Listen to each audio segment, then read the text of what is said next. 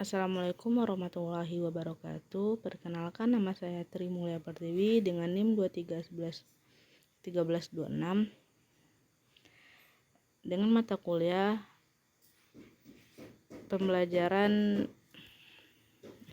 Assalamualaikum warahmatullahi wabarakatuh. Perkenalkan, nama saya Tri Mulia Pertiwi dengan NIM 2311 1326. Baiklah, saya akan mempresentasikan materi dengan mata kuliah pembelajaran PJOK di SD. Yang saya paparkan materi yaitu tentang organisasi sistem pertandingan. Organisasi pertandingan menurut James dalam Kamus Administrasi bahwa organisasi adalah sistem kerja sekelompok orang untuk mencapai tujuan bersama. Sedangkan pertandingan menurut Deux 2015 Cokley dalam Apta 2014 adalah aktivitas untuk mencapai tujuan dengan cara mengalahkan lawan baik individu maupun kelompok. Jadi organisasi pertandingan merupakan komponen yang terlibat secara langsung maupun tidak langsung untuk dapat bersama-sama mewujudkan atau mencapai suatu pertandingan.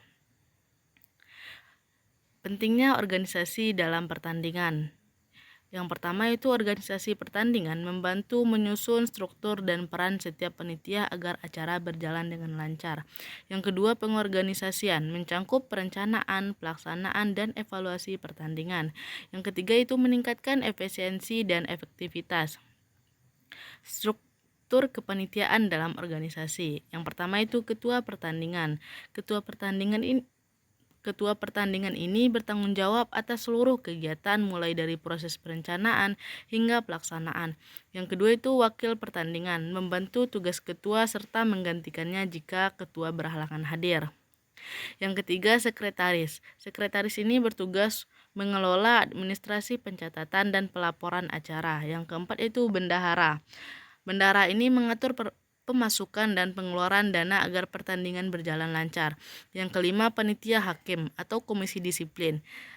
Ini mengawasi jalannya pertandingan dan memastikan bahwa aturan serta disiplin dapat dipatuhi oleh setiap peserta. Yang keenam itu seksi-seksi. Seksi ini disesuaikan dengan kebutuhan dalam pertandingan. Selanjutnya itu sistem pertandingan. Menurut Ludewig, sistem adalah sekumpulan unsur yang berinteraksi. Sedangkan menurut Colin, sistem adalah suatu keseluruhan yang dibentuk dari banyaknya bagian. Jadi sistem pertandingan adalah pengetahuan atau cara untuk mengatur strategi pelaksanaan pertandingan dalam usaha mempertemukan satu pemain atau tim lainnya guna menentukan juara atau pemenangnya.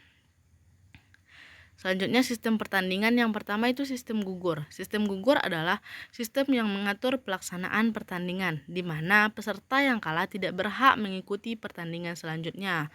Pertandingan akan berakhir apabila pemenangnya tidak mempunyai lawan lagi.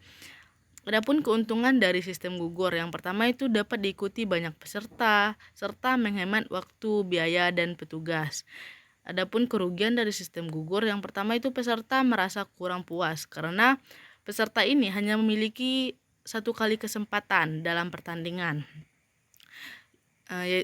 Selanjutnya itu kualitas pertandingan bisa dianggap kurang berkualitas karena pemenang tidak bertanding dengan peserta lainnya. Sistem gugur dapat dibagi menjadi dua. Yang pertama itu sistem gugur tunggal atau single elimination.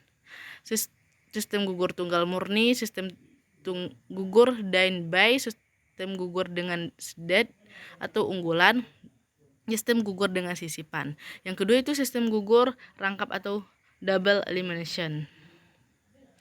Yang kedua sistem kompetisi. Sistem kompetisi adalah sistem pertandingan di mana setiap peserta yang bertanding lebih dari satu kali.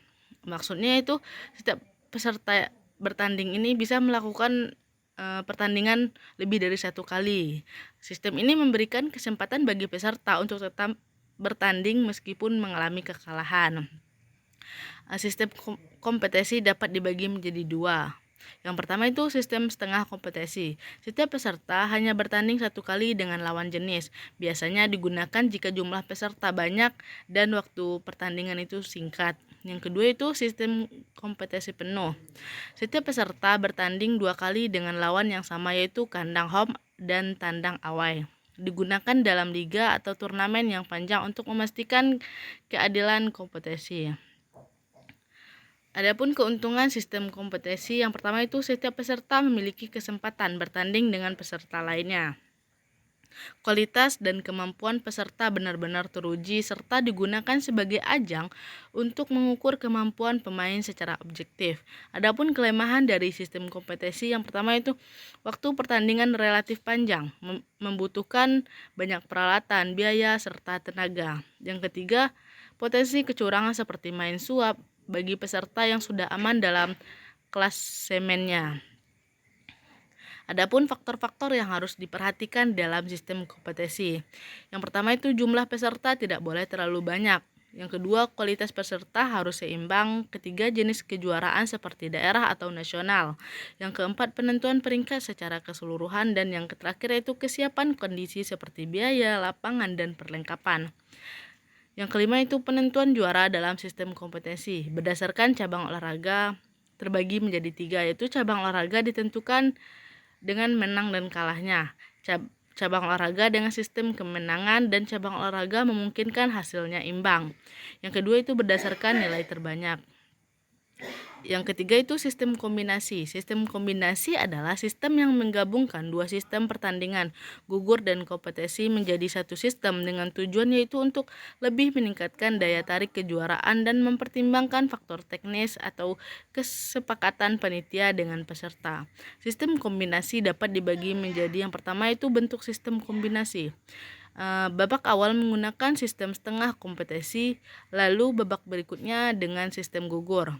Bisa juga sebaliknya, babak awal menggunakan sistem gugur, lalu babak berikutnya menggunakan sistem kompetisi. Yang kedua itu penentuan juara, menggunakan metode dengan aturan dari masing-masing sistem pertandingan yang diterapkan.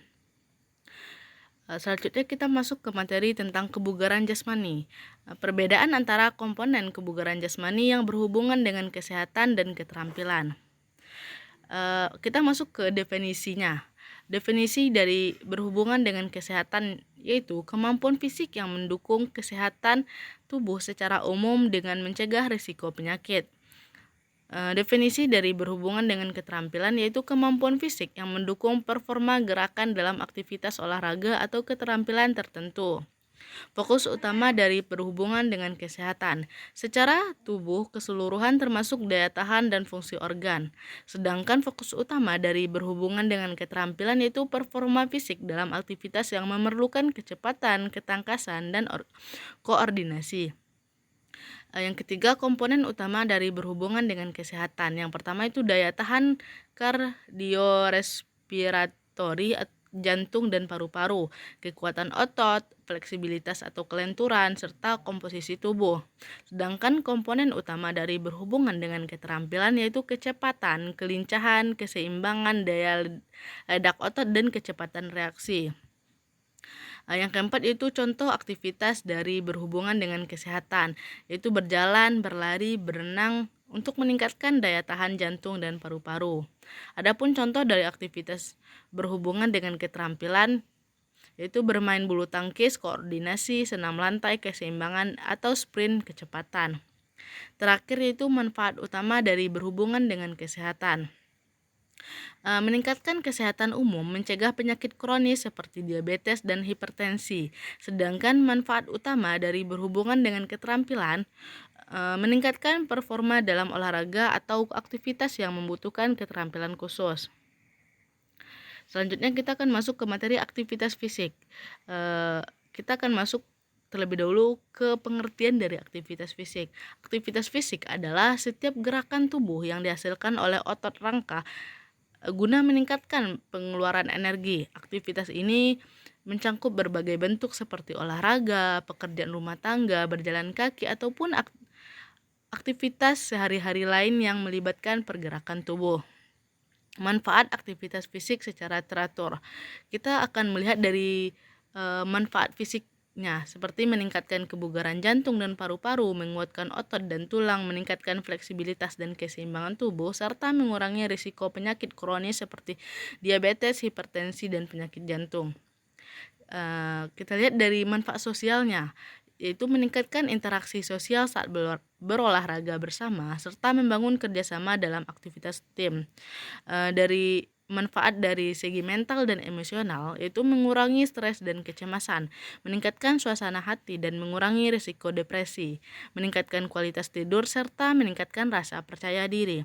Yang keempat, manfaat kognitif, meningkatkan konsentrasi dan daya ingat, membantu fungsi otak dalam berpikir dan mengambil keputusan, serta mengurangi risiko penyakit seperti demensia.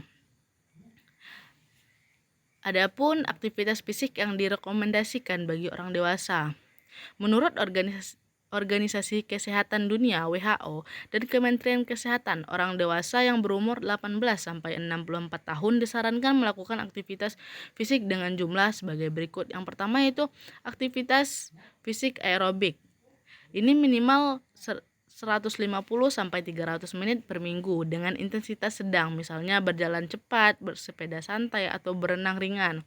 Minimal 75 sampai 150 menit per minggu dengan intensitas tinggi, misalnya lari, berenang, atau lompat tali. Bisa juga kombinasi aktivitas sedang dan tinggi dalam 1 minggu. Yang kedua itu latihan penguatan otot. Minimal 2 hari per minggu, menargetkan kelompok otot utama tangan, beban, push up, squat, atau yoga. Yang ketiga, aktivitas tambahan untuk manfaat lebih. Latihan keseimbangan dan koordinasi, terutama bagi lansia, dan mengurangi waktu duduk yang berlebihan, terutama bagi pekerja kantoran. Baiklah, itulah materi yang dapat saya sampaikan. Semoga bermanfaat untuk kita semua, terutama untuk saya yang membacakan materi tersebut atau Baiklah, itulah materi yang dapat saya sampaikan. Semoga bermanfaat untuk kita semua, terutama untuk saya menyampaikan materi tersebut. Sekian, terima kasih. Assalamualaikum warahmatullahi wabarakatuh.